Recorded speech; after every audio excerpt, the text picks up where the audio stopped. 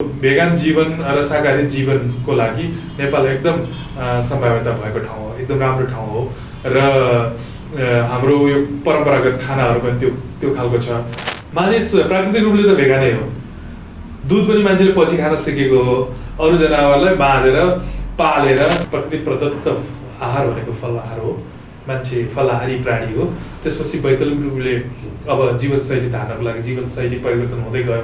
हामी त्यसको फलफुलको लागि चाहिँ जङ्गलमा बस्नु पर्थ्यो होला, फलाहारी शुद्ध फलाहारी मात्रै भएर बस्नको लागि चाहिँ। तर त्यो सम्भव छैन।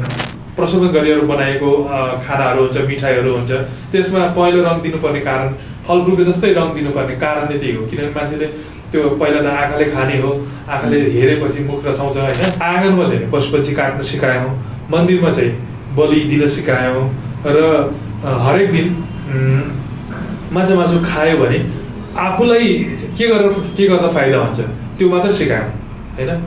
तर हामीले आफूलाई फाइदा हुने बखतमा हुँदाहुँदै अर्कोलाई चाहिँ के बितिरहेछ, अरूलाई मर्नु परिरहेछ कि अरूलाई दुःख भइरहेछ कि पीडा भइरहेछ कि भन्ने कुरा हामीले सिकाएनौँ। त्यो कुरा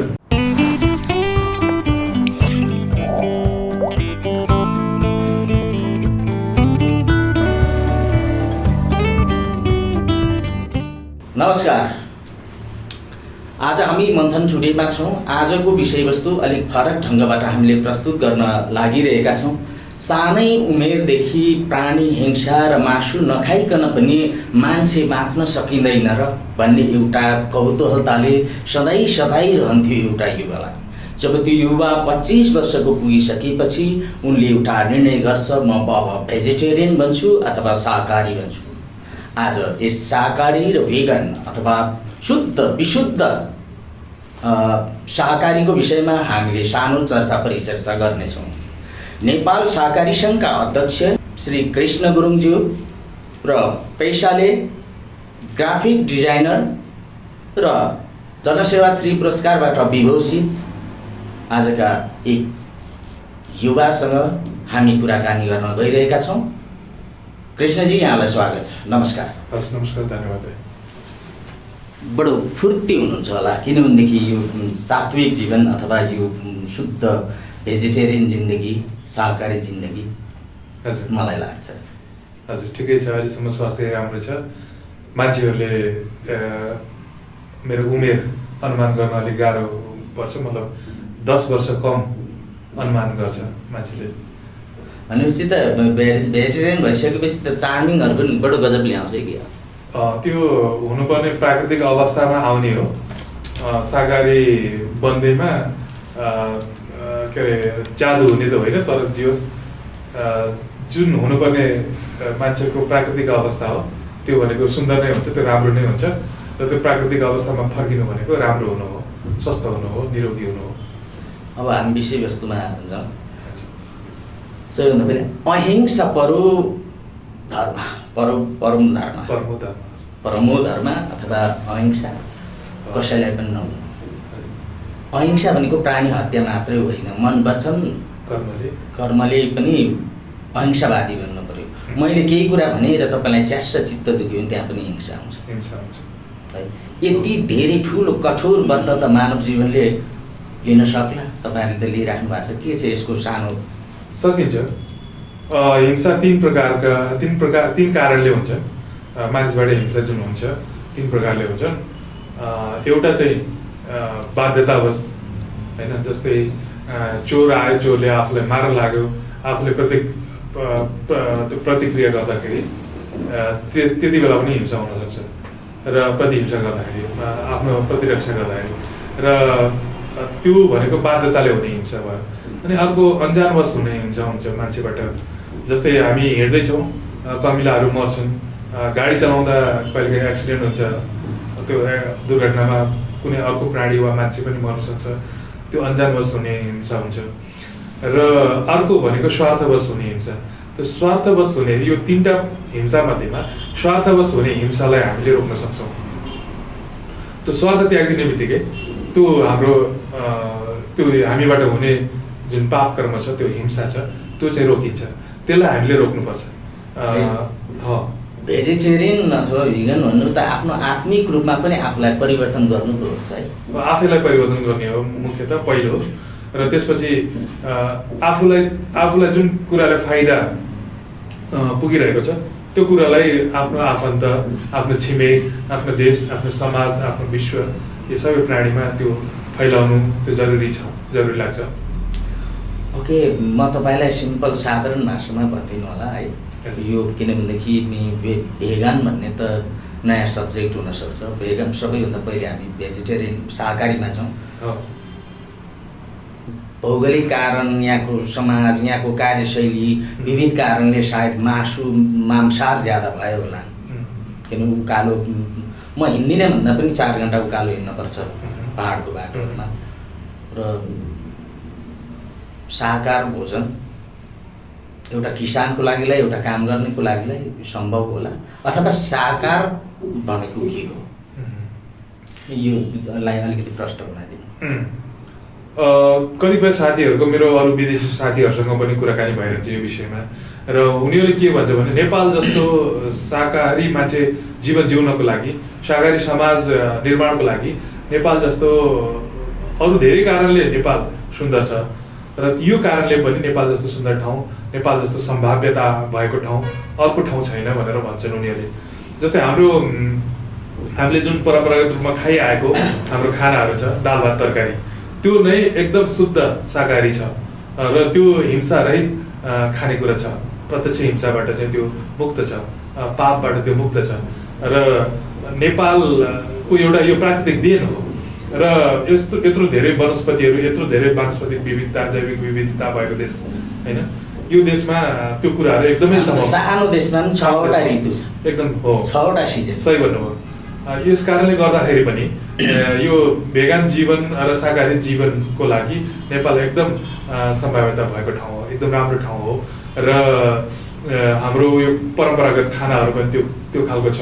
हाम्रो अहिले मात्रै हो यो धेरै मांसाहारको धेरै प्रयोग हुन थालेको, अहिले मात्रै हो। केही वर्ष अगाडिसम्म, 10-20-30 वर्ष अगाडिसम्म हाम्रो नेपालीहरूले मासु भनेको एकदम कमै नै खान्थे।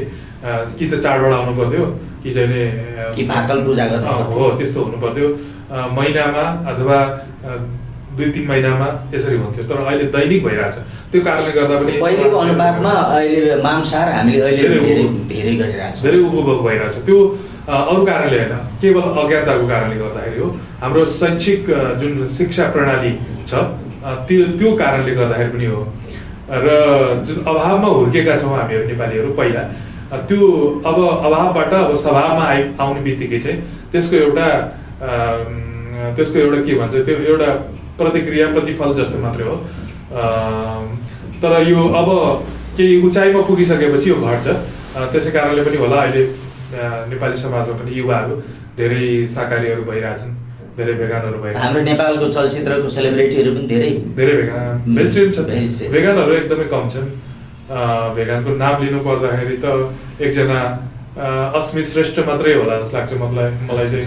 2016 को मिस नेपाल अस्मी श्रेष्ठ, उहाँ भेगान हुनुहुन्छ। अरू भेगान चाहिँ मैले त्यति सुनेको छैन। हुनु इन्डियन सेलिब्रिटीहरू त धेरै छन्। ओके कृष्णजी, अब भेगन भनेको के हो र यसको थोरै हिस्ट्री भनिदिनुहोस्। भेगन यो कस्तो भने, भेगन भनेको भेजिटेरियन नै हो। पहिला भेजिटेरियनको परिभाषामा अहिले जे भेगानको परिभाषा छ त्यही नै रहेछ पहिला। तर पछि गएर के भयो भने, यो 1847 मा युकेमा भेजिटेरियन सोसाइटी युके गठन भयो। अनि त्यति बेला चाहिँ भेजिटेरियनको परिभाषा नै के थियो भने, जनावरबाट आउने कुनै पनि पदार्थ नखाने, नप्रयोग गर्ने, यो खालको परिभाषा थियो भेजिटेरियनको। यसको फाउन्डर मेम्बरमा महात्मा गान्धी थिए। मेम्बर के अरे यो त्यो समितिमा चाहिँ काम गरेको, समिति मेम्बरमा काम गरेको थिए युके भेजिटेरियन सोसाइटीको उसमा मेम्बरमा चाहिँ।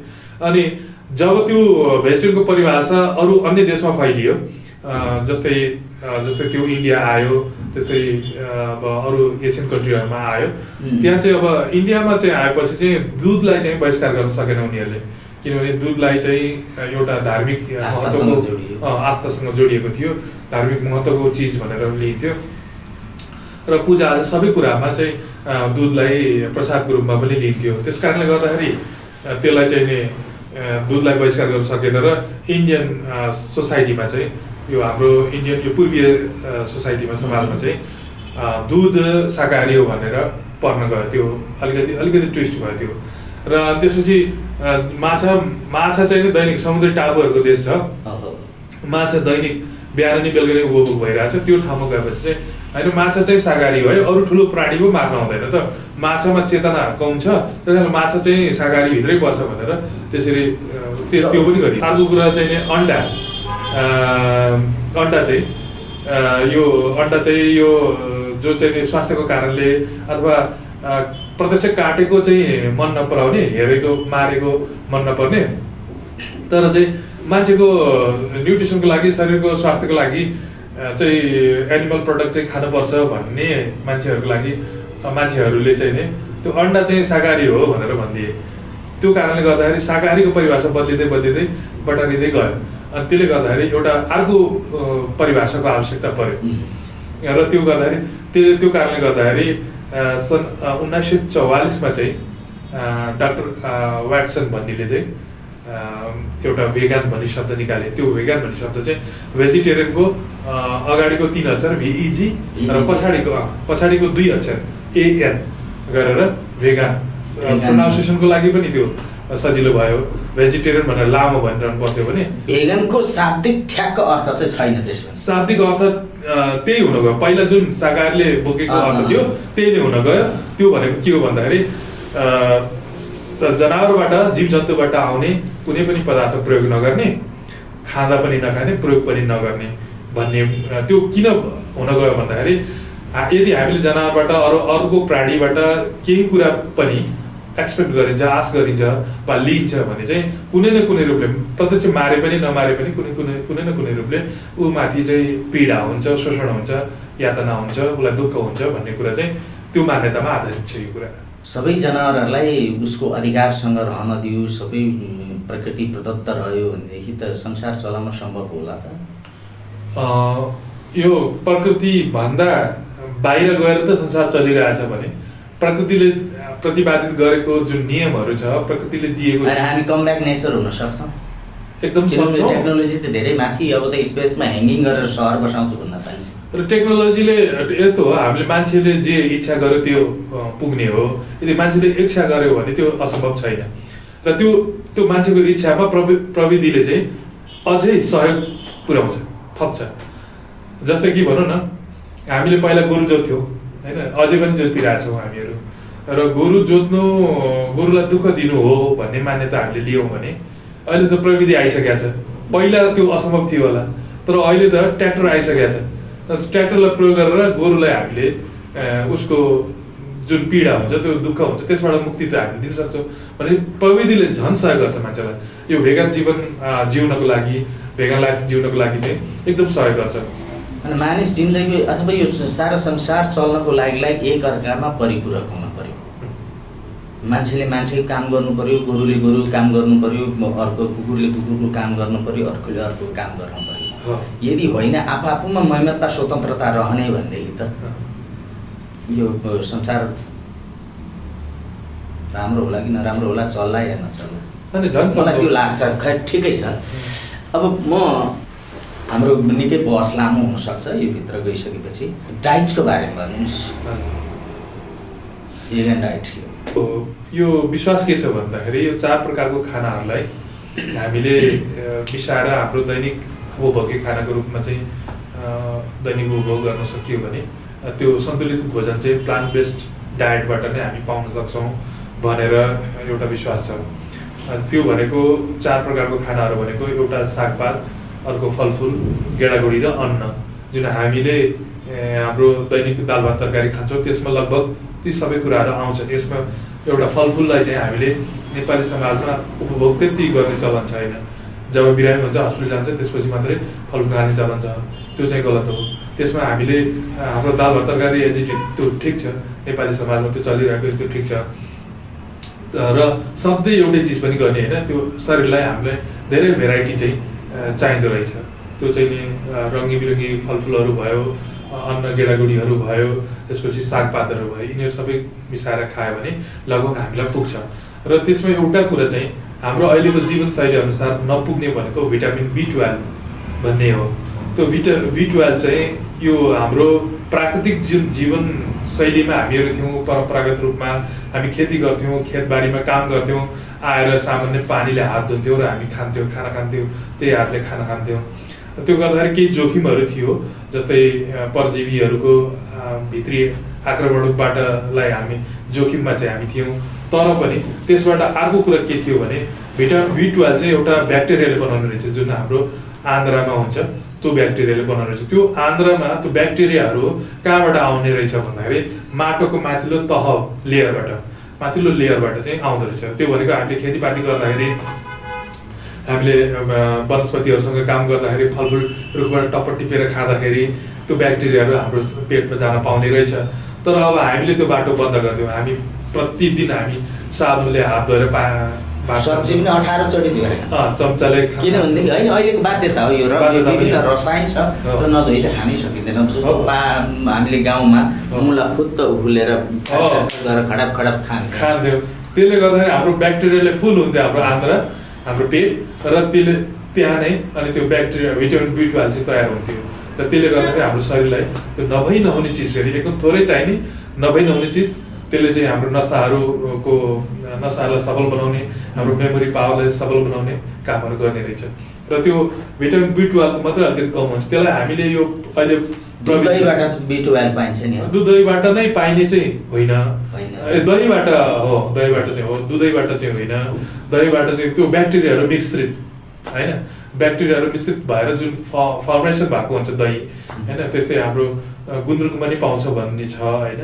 ब्याक्टेरियाले फर्मेसन गर्ने चिजहरूमा चाहिँ त्यो ब्याक्टेरिया, जस ब्याक्टेरिया आउनु पर्यो। ब्याक्टेरिया हामी प्राकृतिक जीवनशैली हाम्रो जुन अहिले पनि गाउँघरमा त त्यही नै छ, माटोमा काम गर्ने, अब झारपातहरूसँग खेल्ने, घाँस काट्ने, त्यो जीवनशैलीमा चाहिँ अनि त्यो कुवाको पानी हुन्छ नि, त्यो कुवाको पानी, त्यसमा त्यो जीवित छ त्यो पानी, जुन हामीले प्रतिदिन खाइरहन्छौँ, त्यो मृत पानी हो त्यो।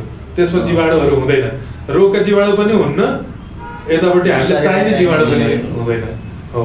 अनि गाउँघरमा चाहिँ के हुन्छ नि, हामीलाई शरीरलाई चाहिने जीवाणु पनि त्यहाँ हुन्छ।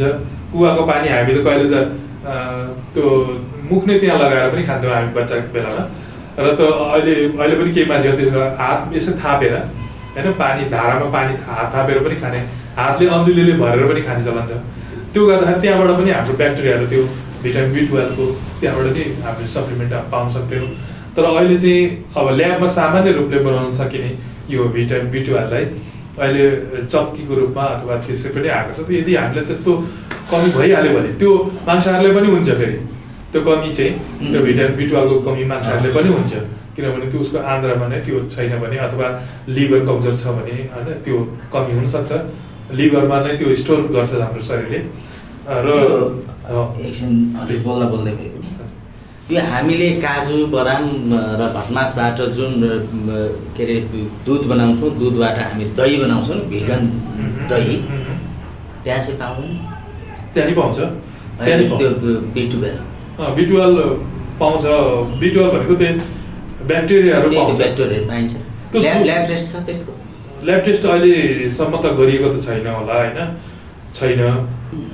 त्यो दही पनि हामीले बनाउँदाखेरि, हामीले सोयाको दही पनि बनाउँदाखेरि त्यो सोयाको दहीमा चाहिँ हामीले यो खुर्सानीको भेट्नु त्यसलाई चाहिँ हाल्छ, 4-5वटा एक डेक्ची के अरे दहीलाई चाहिँ, दुधलाई चाहिँ दही बनाउनु छ भने खुर्सानीको भेट्नु चाहिँ ल्याएर हामीले त्यहाँ हाल्छौँ। त्यो कारण के हो भन्दाखेरि त्यो त्यहाँबाट चाहिँ त्यो ब्याक्टेरियाहरू त्यहाँ आउँछ, त्यो खुर्सानीको भेट्नुबाट। अनि जस्तै हामीले त्यो गाउँघरमा हामीले अम्बा खान्थ्यौँ नि रुखमा चढेर, त्यसमा पनि हुन्थ्यो त्यो कुराहरू होइन। अनि त्यो हामीले त नधोइकन खान्थ्यौँ, कहाँ त्यो रुखमा चढेर अनि कहाँ धोएर खान्थ्यौँ, त्यसलाई त हामीले टप्प टिपेर कोपार्थ्यौँ सजिलो। यी कुराहरू प्रकृतिको नजिक रहने र बस्ने हो भनेदेखि वास्तवमा मानिस मांसाहार नभएर शाकाहार हो। एकदम मानिस प्राकृतिक रूपले त भेगानै हो।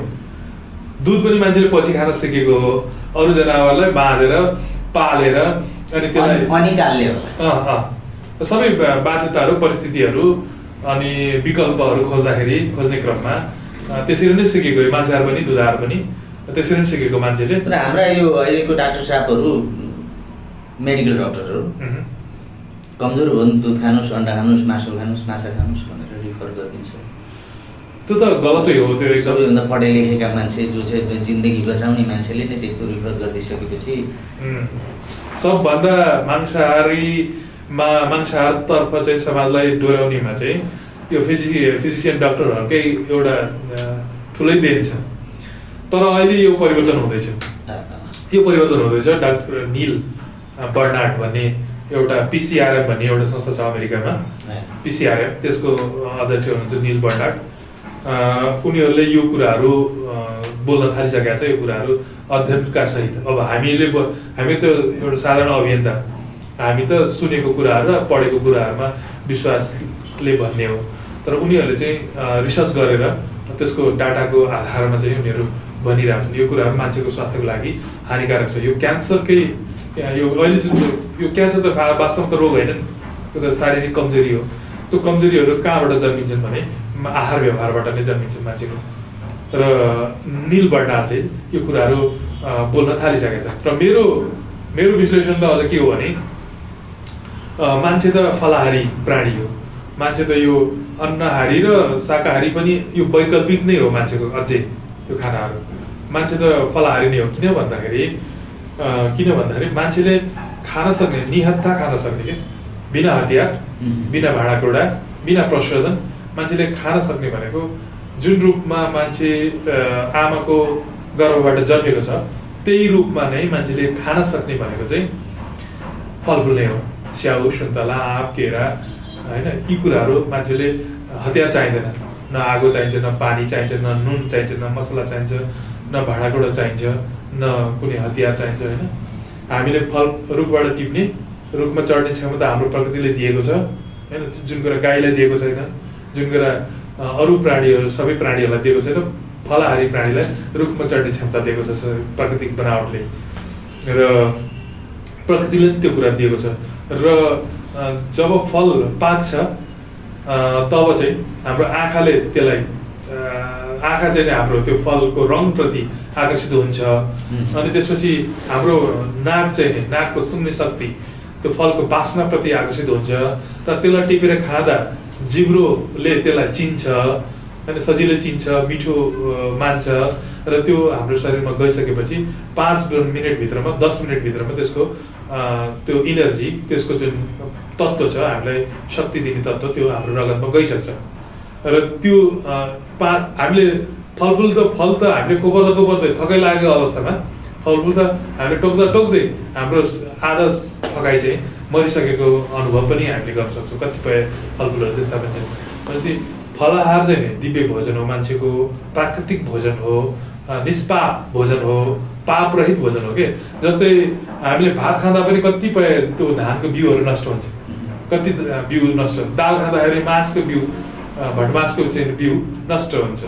त्यो एकदमै दोष रहित होइन त्यो पनि। र त्यसले हाम्रो शरीरलाई केही सकारात्मक केही नकारात्मक कुराहरू पनि दिन्छ। तर फलफुलमा त्यस्तो हुँदैन। फलफुलमा पानी पनि छ, त्यही हामीलाई चाहिने ग्लुकोज पनि छ, त्यही हामीलाई चाहिने भिटामिन पनि छ, र हामीलाई चाहिने कार्बोहाइड्रेट पनि त्यही छ। भने चाहिने सबै कुराहरू त्यहाँ छ। रोगसँग लड्न सक्ने हाम्रो भिटामिनहरू, हाम्रो शरीरलाई चाहिने भिटामिनहरू पनि त्यहाँ छ। भनेपछि यो चाहिँ प्रकृति प्रदत्त आहार भनेको फलाहार हो। मान्छे फलाहारी प्राणी हो। त्यसपछि वैकल्पिक रूपले अब जीवनशैली धार्नको लागि जीवनशैली परिवर्तन हुँदै गयो। हामी त्यसको फलफुलको लागि चाहिँ जङ्गलमा बस्नु पर्थ्यो होला, फलाहारी शुद्ध फलाहारी मात्रै भएर बस्नको लागि चाहिँ। तर त्यो सम्भव छैन। हुन्छ केही जोगीहरू, केही अब समाज नै त्यागेर हिँड्ने मान्छेहरूलाई त्यो सम्भव होला। तर अहिलेको जीवनशैली अनुसार, अहिलेको समाज अनुसार त्यो सम्भव छैन। र पनि बुझ्न चाहिँ पर्छ हामीले। र फलाहारबाट हामी धेरै टाढा जान हुँदैन। फलाहारलाई हामीले छोड्न हुँदैन। An apple a day keep the doctor away भनेर त्यसै भनेको होइन। एक दिनमा एउटा मात्रै स्याउ मात्रै खान सकियो भने पनि त्यो चाहिँ त्यो डाक्टर भट्टामा त्यो मान्छे चाहिँ जानै पर्दैन भनेर भनिएको छ। र हामीले यो कृत्रिम जुन प्रशोधन गरेर बनाएको खानाहरू हुन्छ, मिठाईहरू हुन्छ, त्यसमा पहेँलो रङ दिनुपर्ने कारण, फलफुलको जस्तै रङ दिनुपर्ने कारण नै त्यही हो। किनभने मान्छेले त्यो पहिला त आँखाले खाने हो, आँखाले हेरेपछि मुख रसाउँछ होइन। अनि त्यसपछि मुख त्यो हुनको लागि चाहिँ हामीले खानामा त्यो अब तरकारीमा बेसार हालेको कारण त्यही हो, त्यो स्वाद हुँदैन र पनि हामीले त्यो एट्र्याक्सन मात्रै एट्र्याक्सनको लागि त्यो त्यसले मेडिसिन पनि काम गर्छ हो। मेडिसिन काम गर्ने दोस्रो हो, मेडिसिन मात्रै काम गर्ने भएको भए मान्छेले कहिलेकाहीँ नहाली पनि खान्थ्यो होला। तर त्यो पहेँलो जस्तो देखिएन, अलिकति राम्रो देखिएन भने चाहिँ त्यो राम्रो भनेको पहेँलो भनेको किनभने मान्छे फलाहारी भएको कारणले चाहिँ पहेँलो राम्रो लाग्ने हो। पहेँलो भनेको फलफुलको रङ हो होइन, बेसार हाल्ने कारण त्यो हो। जेरी समोसा त्यो जे कुराहरू मिठाईहरू जुन हुन्छ त्यसलाई चाहिँ पहेँलो बनाउने कारण पनि रङ हालिकन चाहिँ रासायनिक रङ हालेर अझ केमिकल हालेर अझ त्यो शरीरलाई त्यो स्वास्थ्यको लागि मात्रै भइदियो भए त त्यो स्वास्थ्यलाई हानि गर्ने केमिकल हालेर खाँदैन थियो। त मान्छेले त्यो आँखाले खानको लागि चाहिँ त्यो केमिकल रङ हालेको।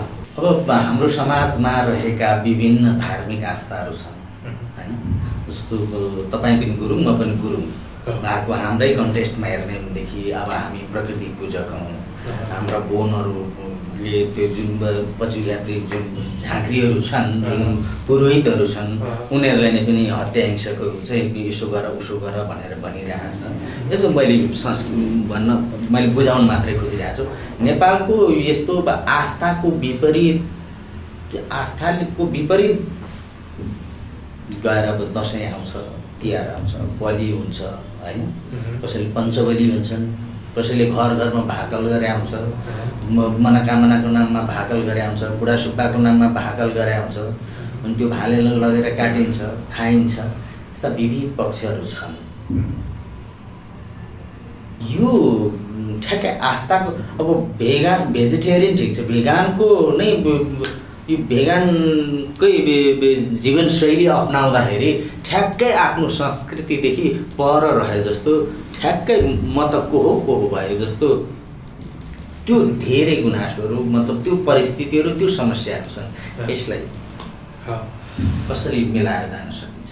अब यो परम्पराहरू भनेको चाहिँ कस्तो भन्दाखेरि मेरो विचारमा चाहिँ जुन हामी प्रकृति पूजक भनेर जुन परम्परा प्रतिपादित भयो त्योभन्दा त्यो एकैचोटि एउटा बिन्दुमा आएर उत्पत्ति भएको होइन कि त्यो पनि बिस्तारै परिमार्जित हुँदै हुँदै हुँदै जे कुरा सही लाग्छ, जे कुरा गर्नुपर्ने लाग्छ समाजले, त्यो कुरा अपनाउँदै आएको चिज हो।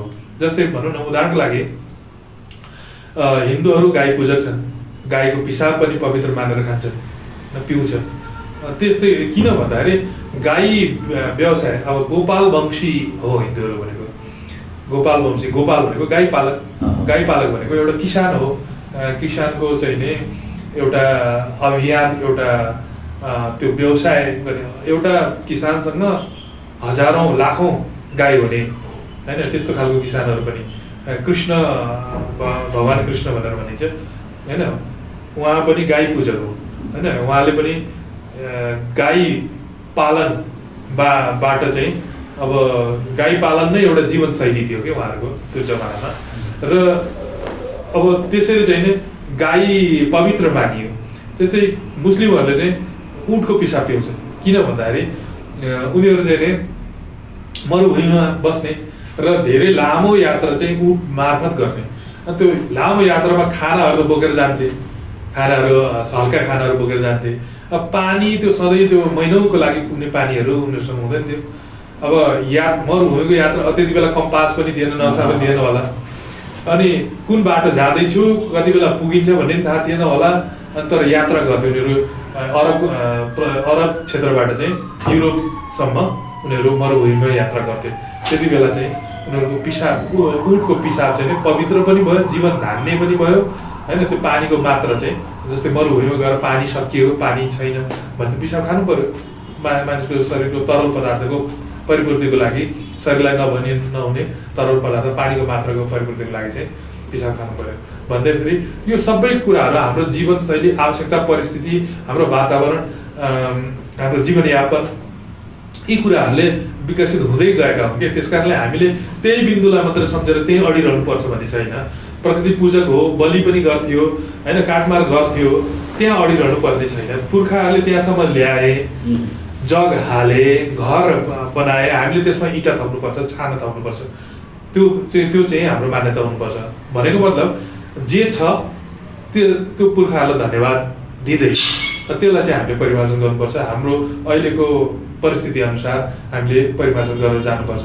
अब हामीलाई थाहा भइसक्यो, त्यति बेला थाहा थिएन होला, अब हामीलाई थाहा भइसक्यो कि हाम्रो प्रत्येक हिंसात्मक कार्यहरूले जीव जन्तुहरूमाथि होस् कि अथवा मान्छेमाथि होस्, त्यो हिंसात्मक व्यवहारहरूले त्यो हाम्रो समाजलाई हानि गर्छ, हाम्रो आफ्नो स्वास्थ्यलाई, वातावरणलाई, सबैलाई हानि गर्छ भन्ने कुराहरू जानिसके पछाडि हामीले त्यो त्याग्नुपर्छ भन्ने एउटा।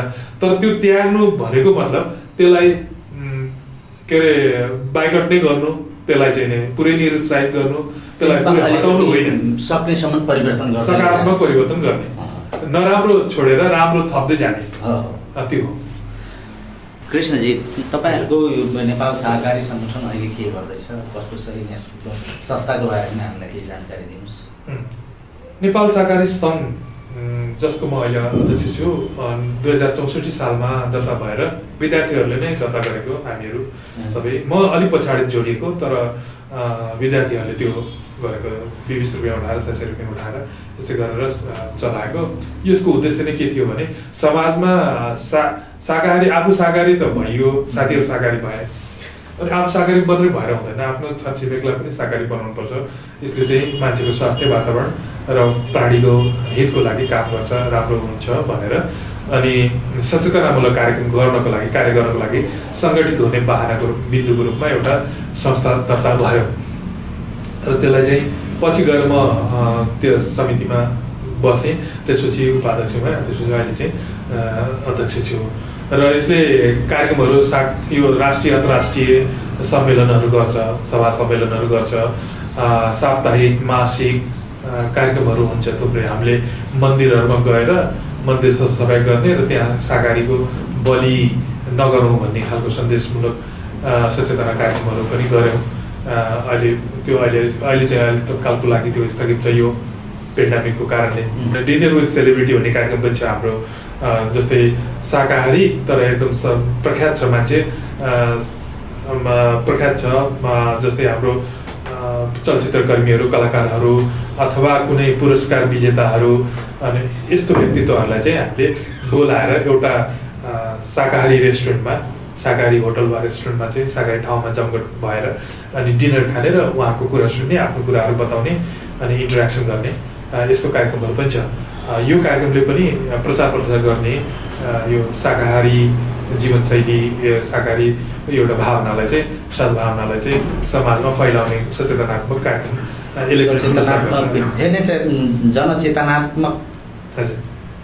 जनचेतना दिने खालको त्यस्तो गाउँ र ग्रासमै गएर त्यस्तो अभियान त चलाउनु भएको छैन। यस्तो खालको चाहिँ छैन अहिलेसम्म, चाहिँ गाउँमा जाने चलन चाहिँ छैन। किनभने कतैलाई त यो शिक्षाको अभावले, यो बुझाइको अभावले दुधसँग के पाउँछौँ, दुधको साटो हामीले के खानुपर्छ, मासुको साटो के खानुपर्छ, यी हाम्रो यो खानाको हामीले हजुर भन्नुभयो जस्तै हामीले एउटा प्रकार देखेको चाहिँ एउटा समस्या के छ भने हाम्रो पाठ्यक्रममा चाहिँ के छ भने मानिस स्वस्थ रहनको लागि माछा, मासु, अन्डा खानुपर्छ भनेर पाठ्यक्रममै दिएको छ। यसले गर्दाखेरि के भइरहेछ भने यो चाहिँ हुनु नपर्ने चिज हो। यसले गर्दाखेरि शाकाहारीहरूको भावनामा एकदमै ठेस। एउटा ठ्याक्कै प्रसङ्ग आयो, अदुवा खाई सभा बस, मुला खाई वन बस, पढ्नुभयो नि त? पढेँ। के यो हाम्रो शिक्षा प्रणाली अनि हो, त्यसलाई चाहिँ हामीले परिवर्तन गर्नुपर्छ भन्ने हाम्रो मनमा लागिरहेछ, हाम्रो त्यो योजनामा छ। त्यसको लागि चाहिँ हामीले बारम्बार यो शिक्षा मन्त्रालय र यो जनक शिक्षा सामग्रीहरूसँग चाहिँ पहल गरिरहेछौँ कि। अनि त्यो त्यति कुराहरू एउटा पानामा चाहिँ हामीले कस्तो विरोधाभासपूर्ण छ यो हाम्रो शिक्षा प्रणाली के। एउटा पानामा हामीले माछा मासु खानुपर्छ भनिरहेको छौँ, अर्को पानामा चाहिँ बुद्धको चाहिँ अहिंसाको चाहिँ के अरे चेतना हामीले पाठ हामीले पढाइरहेछौँ। अनि विद्यार्थी भ्रमित हुँदैन, दिग्भ्रमित हुँदैन होइन? अनि कि त एउटा अहिंसालाई होइन दिनु पऱ्यो, फोकस दिनु पऱ्यो, फोकस हुनु पऱ्यो, कि चाहिँ नि हिंसामा फोकस हुनु पऱ्यो। यदि त्यही नै सही हो भने त्यो दुईवटा कुरा हामीले त्यहाँ राखिदिरहेको छौँ। त्यस कारणले यो एउटा कुरा चाहिँ हटाउनु पऱ्यो। अहिंसाबाट चाहिँ मासु आउँदैन, त्यो कुरा चाहिँ हामीले परिवर्तन गर्नु जरुरी छ र त्यसमा पनि हामी लागिरहेको छौँ। कुराकानीहरू त धेरै थिए कृष्णजी, हजुर। र पनि एउटा यो अब हामी अन्तिममा हजुर। म एउटा सानो, तपाईँको अहिलेसम्म 25 वर्षदेखि यता जुन भेजिटेरियन हुनुभएको छ, हजुर। त्यो पहिले मांसाहार हुँदाको जिन्दगी र यो शाकाहार हुँदाको जिन्दगी र यो अहिले भेगानसम्मको जिन्दगी छोटो रूपमा तपाईँको आफ्नो व्यक्तिगत अनुभव राखिदिनुहोस्। हुन्छ। के अरे म यो सानैबाट अलि संवेदनशील थिएँ, अरूको दुःख प्रति चाहिँ अलिकति संवेदनशील हुने थियो। त्यसमा मानिस मात्रै नभएर प्राणी पशु पक्षी पनि पर्थ्यो। त्यो सबै त्यस्तै हुन्छ, म जस्तै हुन्छन् जस्तो। अहिले मैले उदाहरणको लागि भनौँ, अहिले जति पनि हत्या हिंसा बलात्कार भइरहेछ, बलात्कार पछि महिलाहरूको नारीहरूको चेलीहरूको हत्या भइरहेछ, तिनीहरू पनि म जस्तै जन्मेका हुन् मेरो विचारमा। र हाम्रो समाजले, हाम्रो शिक्षाले, हाम्रो शिक्षा नीतिले या परिवारले नै उनीहरूलाई अपराधी बनाएका हुन्। किनभने हामीले आँगनमा चाहिँ पशु पक्षी काट्न सिकायौँ, मन्दिरमा चाहिँ बलि दिन सिकायौँ र हरेक दिन माछा खायो भने आफूलाई के गर्दा फाइदा हुन्छ त्यो मात्र सिकायौँ होइन। तर हामीले आफूलाई फाइदा हुने बखतमा हुँदाहुँदै अर्कोलाई चाहिँ के बितिरहेछ, अरूलाई मर्नु परिरहेछ कि अरूलाई दुःख भइरहेछ कि पीडा भइरहेछ कि भन्ने कुरा हामीले सिकाएनौँ त्यो कुरा कहिले पनि। र त्यस कारणले गर्दाखेरि सबै मानिस भेगान जन्मिन्छन्, सबै मानिस करुणावान जन्मिन्छन्, तर त्यसलाई समाजले बाटो देखाउँछ। कोही मानिस बाटो देखाउँछ, कोही मानिस सही बाटोमा पनि जान्छ आफ्नै प्रयासले, र कोही मान्छे गलत बाटोमा पनि जान्छ। मैले चाहिँ सोच्न के थालेँ भने मासु नखाइकन यो जीवन सम्भव छैन, मलाई त सम्भव छैन नै भनेर सिकाइएको हो होइन। तर म के यस्तो सम्भव त छैन भनेर मैले अलिकति सोच्न थालेँ। र सोच्दा सोच्दै अब पहिला त ठाउँ पाइँदैन थियो त्यस्तो। पछि मेरो हातमा एउटा किताब पऱ्यो, गान्धीको आत्मकथा भन्ने किताब पढ्यो र त्यो पहिले पढेँ, दोहोऱ्याइकन पढेँ। पढेपछि सम्भव रहेछ मासु नखाइकन पनि, दुध मही नखाइकन पनि जीवन सम्भव रहेछ, मानव जीवन बाँच्न सकिँदो रहेछ भन्ने कुरासम्म थाहा भयो। त्यो बाँच्न सकिँदो रहेछ भन्ने कुरासम्म थाहा भयो। अनि पछि त्यो त्यागेँ मैले। यो जीवनशैली अपनाइसकेपछि हजुर तपाईँलाई शारीरिक रूपमा मानसिक रूपमा कस्तो अनुभव भयो, मैले जान्न खोजेको कुरा। शारीरिक रूपमा चाहिँ यो मान्छेको एउटा बिलिफ सिस्टम छ क्या, एउटा बिलिफ सिस्टम भन्ने कुरा छ। मान्छेलाई दिमागमा चाहिँ हामीलाई के हाल्दैछ भने चाहिँ मासु खाएन भने शरीर कमजोर हुन्छ, एकदम बलियो हुँदैन, त्यो मान्छे बलियो हुँदैन भनेर हाल्दैछ। त्यो बिलिफ सिस्टमले अलिअलि काम गर्छ। मलाई पनि केही रूपमा त्यसले काम गर्यो, केही महिना केही वर्ष काम गरेको थियो। कतै म कमजोर त होइन भन्ने लाग्थ्यो। तर पछि चाहिँ गएर अनि धेरै अब अहिले त सोसियल मिडियाहरू थुप्रो आयो, युट्युबहरू आयो होइन। शाकाहारी भएर पनि UFC फाइटर हुन सक्दो रहेछ। के अरे नकआउट मात्रै गर्ने एउटा फाइटर पनि छ। धेरै फाइटरहरू छ अहिले UFC मा त धेरै फाइटरहरू भेगान छ र भेगान भएर अझ चुस्त हुन सक्दो रहेछ कि, लाटो हुने होइन, चुस्त हुन सक्दो रहेछ। बलियो छ, खेल जानेको छ, सिप छ, तर चुस्त छैन भने त्यो मान्छे, त्यो खेलाडी चाहिँ जित्न सक्दैन। अनि भेगानहरू चाहिँ अहिले के भइरहेछ भने बलियो पनि छ, खेल पनि जितेको छ, मतलब खेल जानेको पनि छ र चुस्त पनि छ, दिमाग छिट्टो निर्णय लिन सक्ने क्षमताको छ भनेपछि तिनीहरू चाहिँ नै एकदम राम्रो खेलाडीमा बनिरहेछ अहिले। र त्यो अनुभव गर्नु भएको छ? मलाई त्यस्तो त मैले अब खेलै त गरेको छैन होइन। त्यो मांसाहारको जिन्दगी र शाकाहारको जिन्दगी एकदम धेरै जस्तै पेटको रोगहरू होइन, कतिपयको एकदम ठिक भएर जान्छ पेटको रोगहरू। अनि अब मेरो भाइ बहिनीहरू, मेरो म भन्दा 10-15 वर्ष सानो भाइ बहिनीहरूले प्रेसरको दबाई खान सुरु गरिसके, उहिले 10 वर्ष अगाडि नै सुरु गरिसके, तर मैले गरेको छैन भनेपछि त्यस्तो कुराहरू त्यो हाम्रो बिलिफ सिस्टमको कुरामा यो हो, कमजोर हुन्छ भने चाहिँ। र त्यो मात्रै होइन, धेरै मलाई चाहिँ सकारात्मक बाटोतिर हिँडाउनको लागि चाहिँ यो आहारले मलाई धेरै राम्रो सघाउ पुर्याएको छ भन्ने चाहिँ लाग्छ। हस् कृष्णजी, तपाईँले हामीलाई टाइम दिनुभयो, तपाईँको आफ्नो अनुभवहरू सेयर गरिदिनु भयो, धेरै धेरै धन्यवाद। हस्, धन्यवाद हजुरलाई पनि बोलाइदिनु भयो पाहुनाको रूपमा बोल्नको लागि र मेरो आफ्नो कुराहरू समाजमा फैलाउन हाम्रो जीवनको त उद्देश्य नै त्यही हो। हाम्रो संस्थाको व्यक्तिगत पनि जीवनको उद्देश्य त्यही हो। कतिपय मान्छेहरू आफू शाकाहारी भए त भइहाल्यो नि, अरूलाई किन अर्थ दिनु पऱ्यो भनेर भन्छन्, त हामी त्यो सोचिन्न। जुन कुराले आफूलाई फाइदा दिएको छ त्यो कुरा अरूलाई पनि बाँड्नु राम्रो हुन्छ। जुन कुरा आफूलाई मिठो लागेको छ त्यो कुरा अरूलाई पनि बाँडेर खानु झन् मिठो हुन्छ। त्यो भन्दै हामीले आफ्नो जीवनलाई नै यसमा समर्पित गरिरहेछौँ भने त्यही दौरानमा अब आज यो जुन मौका दिनुभयो त्यो हाम्रो लागि एकदम अविस्मरणीय ठुलो मौका हो। त्यसको लागि धेरै धेरै धन्यवाद हजुर। Thank you.